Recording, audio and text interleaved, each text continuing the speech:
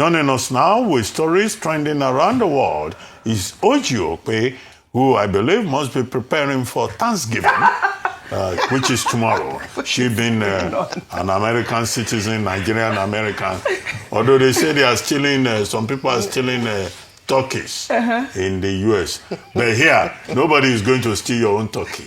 Just invite us tomorrow and let us have Dr. Martin loves implication. He loves implications.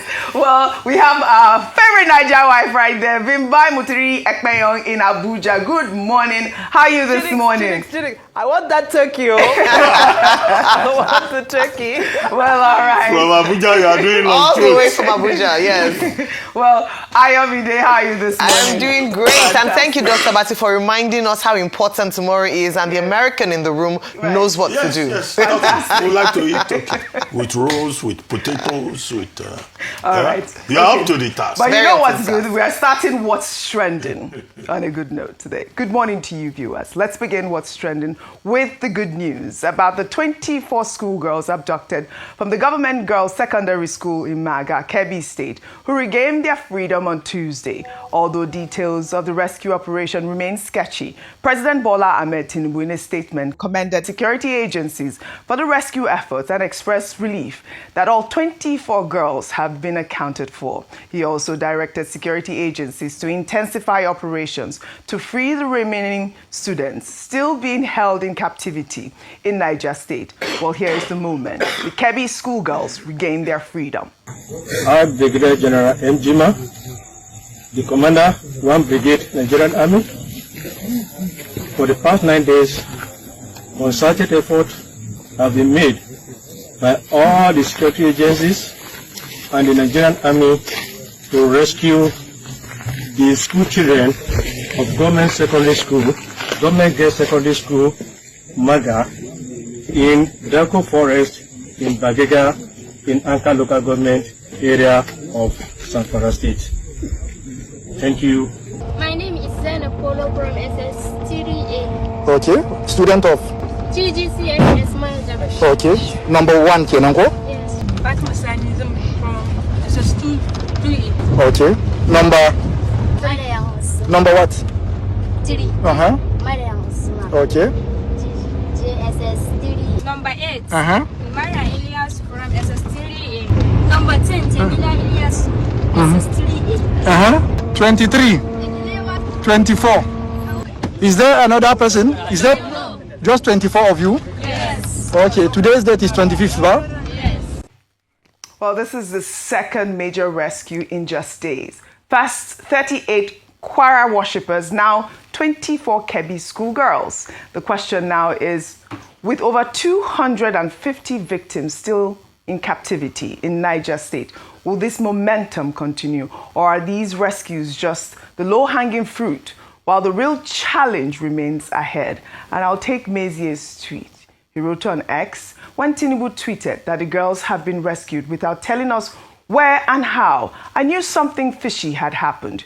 You rescued the kidnapped girls and you didn't kill the abductors nor arrest anyone in the process of rescuing them. Not even a single gun battle. It's obvious Tinubu negotiated with terrorists as usual and paid to release them. The worst situation is that these terrorists will still be alive and around to abduct more people, and more peace deals and ransom negotiations will be held. Meanwhile, a startling new video has emerged suggesting that the Nigerian government and the terrorists who abducted the students in Kebbi negotiated a deal in order to secure their release. In the clip, one of the armed men is heard asking the girls about a military jet that flew over the forest where they were being held. We could also hear the girls say they can't count how many jets flew above them while they were in the forest. One of the armed men then says the government had to negotiate and ask the girls about their conditions while they were in captivity, to which they respond that the abductors did not leave them hungry and did not assault them. Then another armed man tells the girls that they will get them back safely to their parents and that they are doing this based on the deals negotiated. Now, this footage surfaced shortly after the Kebbi State Governor, Nasir Idris, and the Minister of State for Defense, Bello Metawalle, revealed that no ransom was paid, with the governor saying that the Kebbi State government did not pay a kobo, neither did the federal government. Ayo, of course, we've seen this reaction, and I wanted to play up that video because it's been circulating on social media. I reached out to our correspondent in Kaduna State, who confirmed that that actual video, those people were the terrorists who kidnapped the girls, and actually did say that there was negotiation. There was a peace deal that occurred.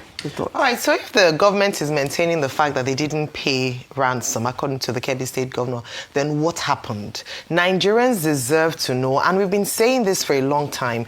The reason is that if there were negotiations that were done, number one, it means that the government knows where these bandits are, where these terrorists are, number one. Number two, it means that if then some people are now acting as mediators between the terrorists or the bandits and the government. Number three is that have we changed our policy with regards to how we relate with terrorists, whereby there is a standard, we do not negotiate with terrorists? Is this the new policy direction of this administration?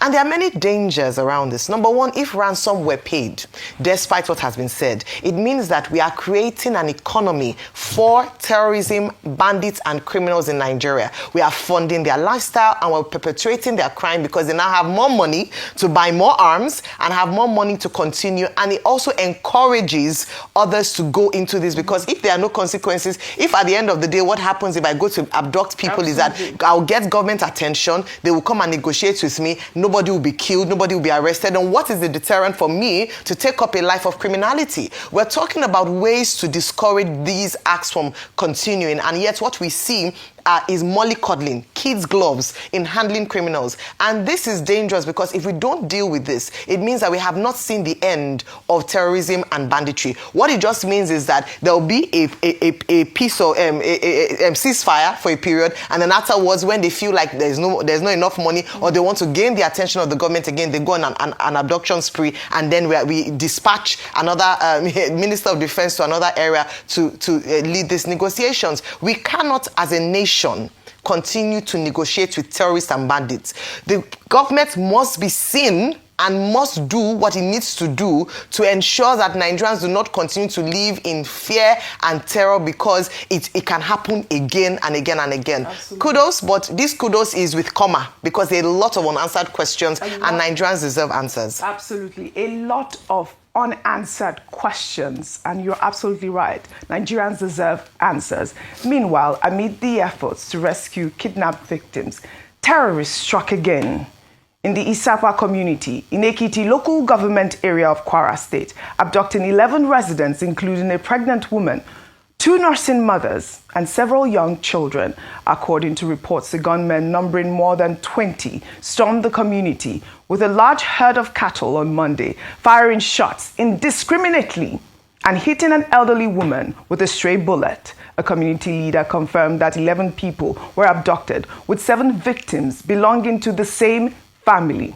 Eyewitness account revealed that the attackers moved through parts of the town, leaving bullet holes in walls and doors, with expended AK-47 shells found shattered across the community after the gunmen fled. The latest attack comes just 2 weeks after gunmen struck the Christ Apostolic Church in Eruku, in the same local government area, kidnapping 38 worshippers who were later released. Well, this is deeply troubling. Just days after celebrating the rescue of 38 church worshippers from the same local government area, the terrorists have struck again, and in the same LGA. Now, if additional security forces were deployed to Kwara after the church attack, how did over 20 armed bandits move through the community with a herd of cattle, fire shots indiscriminately, and escape with 11 victims, including children as young as 5 years old? Now, the question is, are security forces just rescuing hostages while doing nothing to prevent new attacks? Well, presidential spokesman Bayo Ononuga, who was on our nightly news program Primetime on Monday, revealed that the Department of State Services and the military contacted the terrorists to secure the release of the 38 worshippers abducted from the Christ Apostolic Church in Eruku, Kwara State, using a non-kinetic approach. Let's take a look. The DSS and the military were involved in the rescue efforts. They have a way of contacting them. You mean they paid the money? Not paying them. The security people, they know all the bandits that operate in that axis. They know them. So what about their location? Is that known as well? They know. I don't want to talk about the way they do their work, but I said they know all the gangsters operating along that route. So why can't they destroy them before they go and attack these places? I don't understand why they have to come and wait. Collateral damage. Look, our people are living around where they operate. So you can't just go there. Look, something happened some years ago in, I think, Borno State. Ran. Even somewhere, I think Sokoto or so, when the military thought they had the right satellite connection or something, and they went to bomb somewhere, only to find out yes, we had they bombed the wrong people. Yeah. And they need to be very careful that in the course of chasing these bandits, you don't go and bomb innocent Nigerians. Yeah, but you just said they know where they are. I said no. They know where they operate. Well, there it is. The government admits it's negotiated with terrorists. I mean, putting a phone call through, while Ononuga insists no ransom was mentioned and claims the terrorists cooperated. The bigger question is if security forces can track, contact, and negotiate with these criminals, why can't they arrest them before they strike? And that was the question Charles Anyogo asked Bayo Ononuga yesterday. I mean, he cannot be talking for the security forces, but he's speaking on behalf of the presidency. So he is well briefed. And this is the angst. But, you know, like they said, the United States is coming in to do this collaboration and have these, technical, advanced, communication measures that may help. But this is the angst in Nigeria, Dr. Abati. Why can't they kill them before they strike? Well, the simple editorial point is the point that has always been made by the Nigerian government itself, namely that terrorists, bandits, insurgents are criminals. And we have laws in this country. The responsibility of government includes enforcing the law. When you don't enforce the law, you create a ridiculous situation whereby you promote the ecosystem, the quasi-economy that is being promoted by bandits and terrorists. In the case of the Kebbi girls, the girls from the government comprehensive secondary school in Maga, you saw the bandits saying, oh, they cut a deal with the federal government. What is a deal? In the case of the 38 women from the CAC church in Eruku, Kwara State, were being told that the Department of State Services knows them, and they just told them to become like Father Christmas. But we know that in reality, these bandits, these terrorists, they are not Father Christmas. They are into this business because they make money from it. Now, if they make money from it, then it will mean that government is helping their sub-economy and invariably abdicating its responsibility and putting lives and property at risk. That is not good enough. However, it's not an argument that will be appealing to the families of the persons involved, whether it's in Eruku, Kwara State, or it is in Maga, in Kebbi State, or even in Niger State. What the families involved will say is that they are happy to have their people back. In Kebbi, for example, Mr. Maruku, I think that's his name, Makuku, Mr. Makuku, vice principal of that school, died. Yeah. Now his family is wrong-footed. The family will have said, even if they had to pay ransom, they would have preferred that the man was alive. So it's a double-edged kind of conversation, but the important thing is for government to secure lives and property and make sure that we are all safe.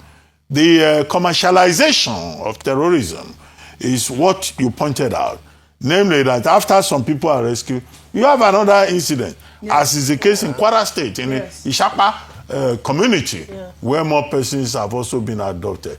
I'm sure in another few days, they too will be released once either the state government or the federal government does the needful. Some people should not be making money on the top of others.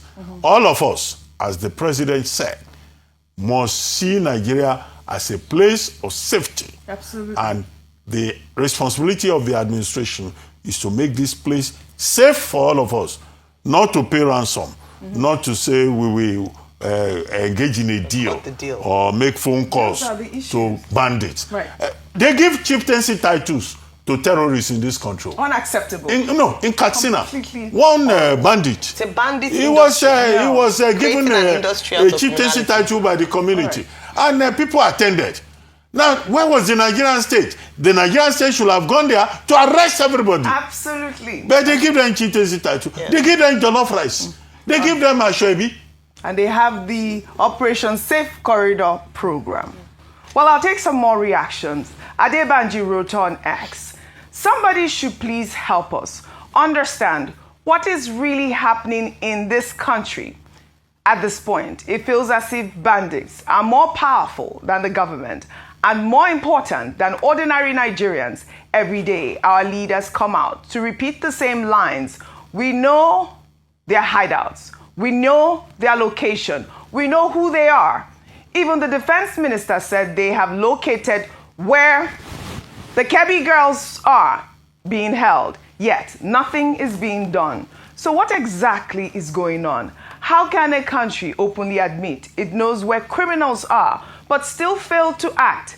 Is it weakness, compromise, corruption, or something deeper that they are not telling us? Well, President Tinubu's special advisor on media, Sunday Dare, wrote on X that President Tinubu has ordered a total security cordon over the forest in Kwara State following the recent kidnappings and terrorist activities. Sunday Dare wrote in part, President Tinubu directed the Air Force to expand its air surveillance across the innermost parts of the forest in Kwara State, where it is believed the terrorists are hiding. They are to maintain a 24-hour surveillance and link up with the boots on the ground. This order equally applies to the Kebbi and Niger States axis, where many are expected to be rescued. Communities are also urged to provide timely information about strange movements and activities to aid the work of the security forces. Meanwhile, the Deputy Speaker of the House of Representatives, Benjamin Kulu, has proposed sanctions for government officials who negotiate ransom payments with terrorists. Kulu spoke on Tuesday during a special session on national security, saying that a legislative move to prohibit ransom negotiation would help in addressing insecurity. Let's take a look. Mr. Speaker, honorable colleagues, despite strong anti-kidnapping laws like life imprisonment, death penalty for kidnapping, the practice continues because it is alleged that government entities negotiate with bandits and pay ransom. That is one of the things that the House must investigate. Security analysts confirm that amnesty deals and peace negotiation, they legitimize violence. They embolden armed groups and undermine rule of law. The legislative solution required there is to ban unstructured amnesty negotiation and ransom payment by any government entity. Mandate criminal justice enforcement over expediency. Ban ransom payment by any government official. Bimbai, I'd love to bring you into this conversation. I'd like your assessment of everything that we have discussed so far. I mean, starting with, Benjamin Kulu requesting that, that there should be a ban on ransom payment by government officials. Your thoughts? Well, Oji, our constitution says that ransom payment is illegal, and they are now proposing for more legislation saying that negotiation should also be made illegal. But what have we done with that piece of law that says that payment of ransom is illegal? We can't enforce it. Why can't we enforce it? There's no political will to do so. Now, let's look at the president's statement concerning this recent spate and upsurge of kidnappings and abductions, and he used the word copycat attacks. That was his exact terminology, copycat attacks. Now, why is this happening? I see an incident happening somewhere in Nigeria. I see how it transpires. I see there are no consequences. Am I not emboldened to come and copy the act? I see that there's legislation around it, but I see that it's not implemented. The rules don't apply. So what will I do? I will not have anything that restrains me or that deters me from committing this offense. That's why we have punishments. Punishments are there to deter, not just to punish the perpetrators of crime, but to deter other people. Now, it's in instances like this that's why you get a growing number of people sympathizing with Nnamdi Kanu, because they're saying that in this instance, you were able to gather evidence. You were able to even do an extradition all the way from Kenya, and you were able to go through the prosecution process and get to conviction and sentencing. So when a spokesperson to a president says, we know them, we called them, and we gave them instructions, is that not an insult to our judicial process? Because that means that in essence, you're saying that, well, we can act if we would like to. So maybe the question we should be asking is, what is restraining this administration from taking the necessary action? Now, in Bayo Ananuga's case earlier, he had said that, collateral damage. And fair enough, that's an argument that may hold some water, because some people might say that the reason why Benjamin Netanyahu became known as a warmonger and a monster is because he had no care for collateral damage. He said wherever those terrorists are hiding, just raise the place down, bring it down to ground. It doesn't matter who else gets harmed in the process. So they're trying to say that, no, we don't want Nigerians to be harmed in the process. But it doesn't follow through. The statement doesn't follow to a logical conclusion, because you've rescued those who are vulnerable. Now the terrorists, the bandits, the criminals are in a position where they can be apprehended. But that's not happening. We're cordoning off areas and so forth in forest land. This is almost 3 months after there was a proclamation that we're deploying a forest guard of over 130,000 people to the various forests around Nigeria. Now we're deploying to the forest. I mean, the inconsistencies are very unfair because the policies exist already. We do not have a lack of ideas. We do not have a lack of laws. We don't have a lack of beautiful legislation. But are the people in power, those who hold the responsibility to implement and to execute, are they willing to do so? Okay, let's argue that they're willing to do so. What is stopping them if they want to? What is the pressure? Because it now seems that there are several forces at play that are bigger than meets the eye. So we want to know, what is the pressure that is stopping them from apprehending those people, whether they be in Kwara, whether they be in Kebbi, whether they be in Niger State, wherever they are. Because it clearly seems like there's only a certain degree of political will, but there's also a part of the political will that's saying that, I don't want to make these people angry, or because, and this is why people now say that we're playing politics with this thing. In conclusion, those are my viewpoints. In conclusion, I think the Deputy Speaker of the House is, making great submissions. However, at the end of the day, with all these submissions, what do we do with them afterwards when they're in black and white on paper? We don't do much with them. It has to be made into law. It has to be a law, and that's the beginning of the process. Well, during the same session, Alhassan Ado Doguwa, the member representing Doguwa Tundu Wada local government area of Kano State, fiercely called out the Tinubu administration, saying that if the administration cannot do the right thing when it comes to insecurity, then the National Assembly should be shut down. Let's take a look. The country is running in blood and tears. The farmers cannot go to farm. Our traders cannot go to market. Worshippers cannot go to mosque, cannot go to churches. then what are you legislating here? Mr. Speaker, if the government is not prepared to actually do the right thing that will protect the lives and property of our people, I urge on you, I urge on this honorable house, as a house of the people of Nigeria, to stand up to pay the supreme cost. And that is no more than to shut this house down and to call emergency on any legislative issue and wait until the right thing is taken by the government of the day. And this house must not take for granted that we are not part of the government. If the government is wanting, this institution of the legislature is a component of the government itself. We have to look inward to ourselves and see what more of oversight functions, like some members have said, are we going to make? Are we going to provide?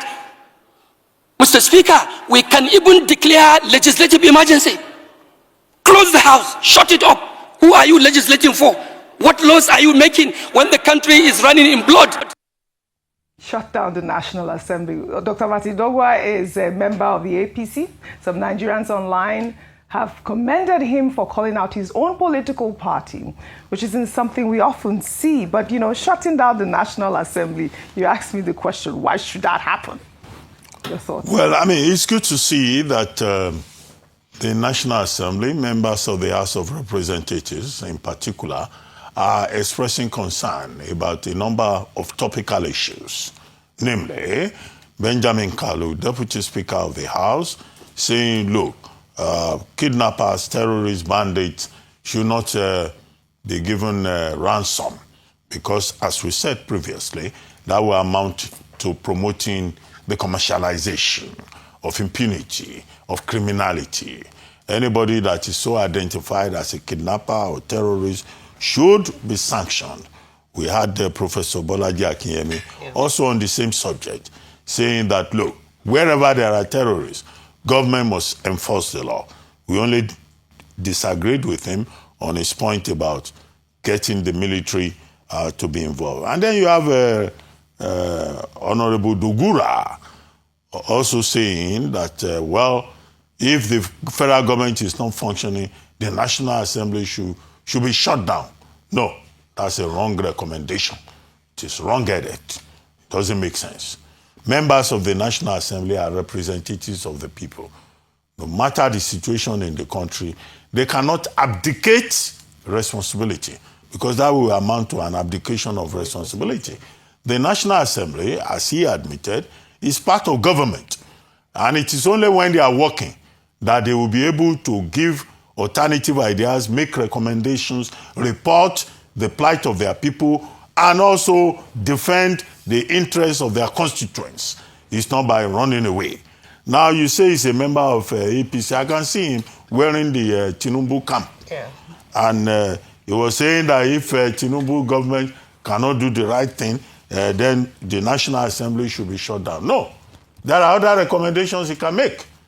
Shutting down the National Assembly is not the solution. He's wearing Tinubu camp. Yes. Yes, he's a free citizen. He can express opinion. He can criticize Tinubu. Right. So why is he not saying if the executive arm of government is negligent? Why is he not making some other more serious recommendations? Provided for in the Constitution. But the man is wearing Tinubu camp and he's saying shut down the National Assembly. Does he want time off to go and do some other things? Like taking another wife, for example, since that seems to be... Somebody said I should not laugh anymore. Major, can you please stop making me laugh? These are serious issues. No, to do that, he may need time off.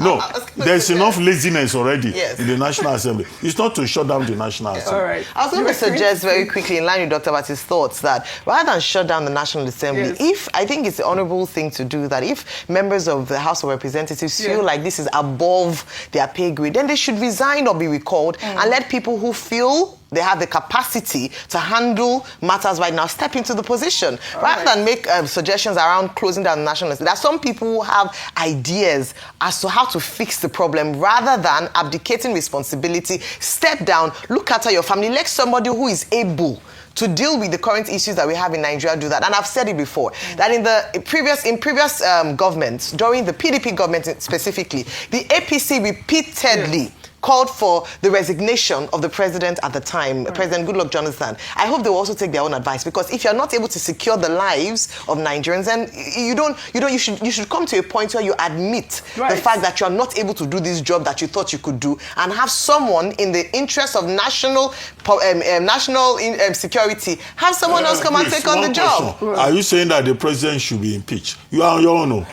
You are on your own. Dr. Mati, be courageous. You're putting words into my mouth. Say what you want to say. Be courageous. I think she said say what you want down. to say. I don't think. Did you say but in doing their down? work, actually, part of their responsibility of oversight. No, I'm not asking him to be impeached. Okay. What I'm saying is that there are many. You use the word resign. No. I said no. Let me not be quoted out of context. I'm speaking straight. Let me not be. Please, OG. Let me, for the avoidance of doubt. What I said, I was giving them the recommendation they themselves made to the Goodluck Jonathan administration that if he was unable to deal with insecurity, he should step down. Maybe it's time. Are you recommending the same recommendation now? Okay. Talk straight. Just put it down. Those who have ears, let them hear. Let them hear. This is it. Well, all right. Okay, we are now in the regime of paribus. No. But I mean, when she's speaking facts, really. This is really what he said. Well, meanwhile, controversial Islamic cleric Sheikh Ahmad Gumi, who's well known for negotiating with terrorists, says that he is prepared to personally lead an amnesty campaign for convicted IPOB leader Nnamdi Kanu if the separatist agitator publicly renounces violence and shows remorse. Gumi spoke on live television saying that his position is rooted in his belief that negotiation, not force, remains Nigeria's most effective path to resolving insecurity. He claimed that the Nigerian military is not designed for guerrilla warfare and that kinetic strategy alone cannot solve the country's security challenges. Let's take a look. Let me give, for example, now this Kanu that was imprisoned for terrorism, for agitating that our soldiers should be killed. If the same Kanu now will show remorse and also call for peace, honestly, I will be in the forefront in calling for his pardoning and amnesty for him. Look, Shagari, our president, we are from the same actually town, or in fact related with Shagari. He gave amnesty to Ojukwu. Well, this is quite the twist. Sheikh Gumi, who has been criticized for his controversial statements, including the empty coffins conspiracy theory, is now offering to lead an amnesty campaign for Nnamdi Kanu. That irony is thick. Gumi has been advocating for negotiating with bandits and pardoning terrorists while simultaneously opposing foreign intervention to stop those same terrorists. Meanwhile, here is a 2021 BBC interview featuring Sheikh Ahmad Gumi saying that kidnapping children from a school is a lesser evil than bandits who storm a town, ransack it, and kill people. Gumi made the comments shortly after 27 students had been abducted from a forestry college in Kaduna State. Let's take a look. Yes, in fact, kidnapping children from school is less evil than going into a town and ransack it. Before, we are getting death by hundreds, going into town, kill anybody, children. So now they are taking children safely without killing them. You see, now they are very careful about human lives. They are becoming careful about human lives. So before, is the mission is to go into a town in which they are having problems with them and ransack it and kill everybody. Well, Gumi's views on bandits have been widely criticized as sympathetic to criminals. He was reportedly involved in negotiating the release of the 27 students in Kaduna State in 2021. Vimbai, I'd love your comment on Sheikh Ahmad Gumi. I mean, that 2021 video resurfaced online after the 24 Kebbi schoolgirls were released, and we heard him in that video saying that kidnapping is a lesser crime than the terrorist attacks that occur while people are being killed. He's also saying that this non-kinetic approach is better than the kinetic approach. Your thoughts?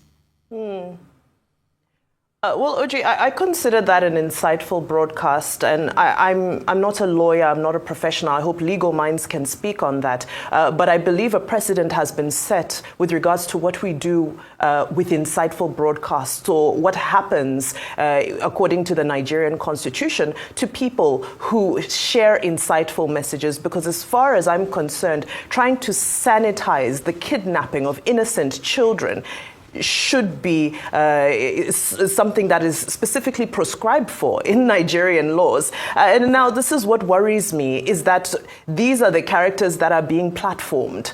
And these characters deserve no platform whatsoever. When Osama bin Laden had messages to share, mainstream media never gave him a platform.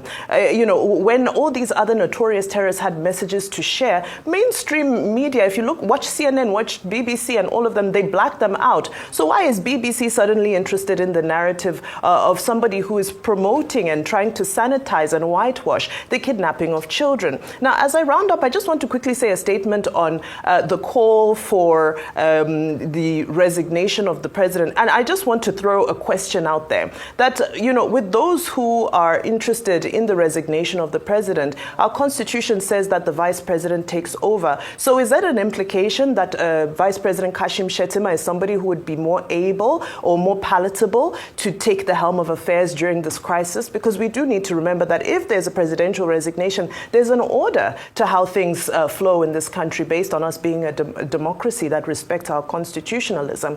So I think also we have to be careful with some of the requests that we make in the heat of this moment. But that's unless we're okay, those who are calling for this, if they're okay with the presidency of Kashim Shettima, because that's what the constitutional order calls for. Well, I said that nobody has called for the resignation of President Not Tinubu. on this table, but it's Nobody, on social media. On social media. Social media. All this Twitter. No, social media is the voice of the Nigerian people, and there are real people that are on social media. Let me just also say that this differentiating of the president and vice president is interesting because they are on one ticket. Okay. So you cannot take the other and say that, if one person, it's one ticket. The president saw him fit as a vice president and chose him. So saying that, we go for this, it's one ticket. So they're under one party.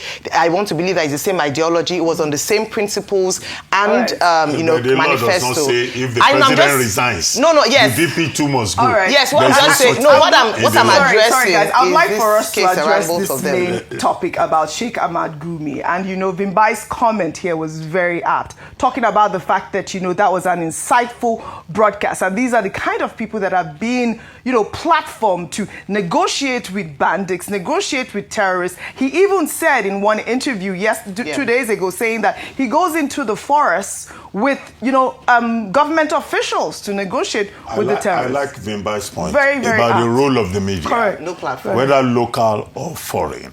A lot of people come to the media, they want to just talk, and we give them the platform because we believe in the freedom of expression. But I think that the media too, in being responsible, must also use discretion.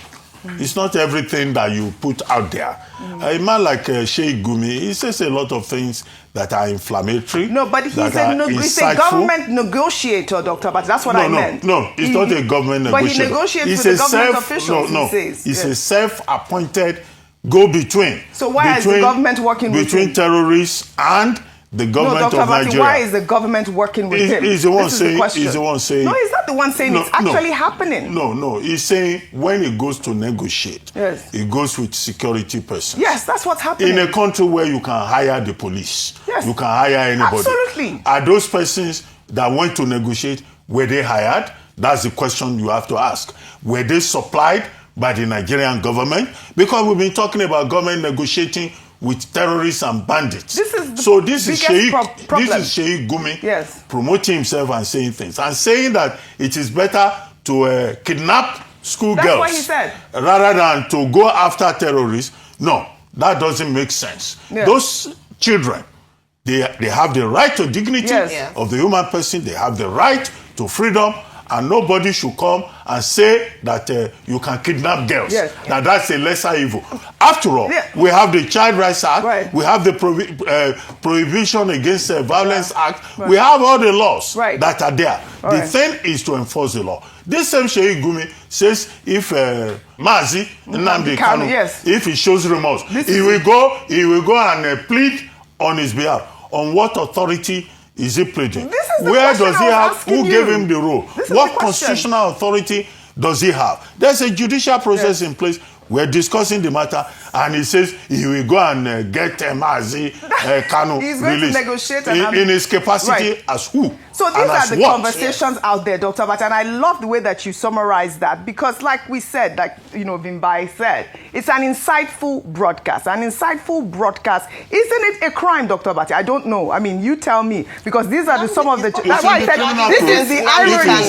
That's why I said this is the irony that we're seeing. Part of the charges that Nnamdi Kanu was his insightful, I mean, what they allege as an insightful broadcast. Absolutely. Let me just say one thing, that yes, we're saying, oh, he's self-imposed or self-appointed. But the truth is that there's a kind of audacity and boldness with which he comes to speak without any question, at least that we know of, that makes you believe that there must be some sort of backing. Because by now, with what he's saying and the fact that he's admitted a number of times that he knows where these bandits are, for him to know how to go and negotiate, why have we not picked him up for questioning? And this is the double standard we talk about when it comes to the way that we address matters in some regions. And that's why the agitation is a lot when it comes to the Nnamdi Kanu case, that when it comes to cases like that, it's the same inciting to a broadcast that he was charged on and convicted on. And on another level, for many years, Sheikh Gumi has been speaking, has been inciting, and nothing seems to be done. That's where the unfairness is coming from. Well done, Ayo. Well done, Dr. Bati. Thank you both for that. And Vimbai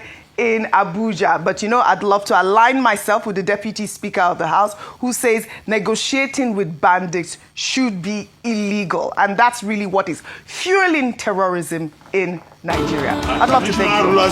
Stop giving them chieftaincy titles. I'd love to thank you all for your great analysis, as always, on What's Trending. Thank you very much, Vimbai, as well. Well, that's all I have for you guys on What's Trending today. I'll see you all tomorrow.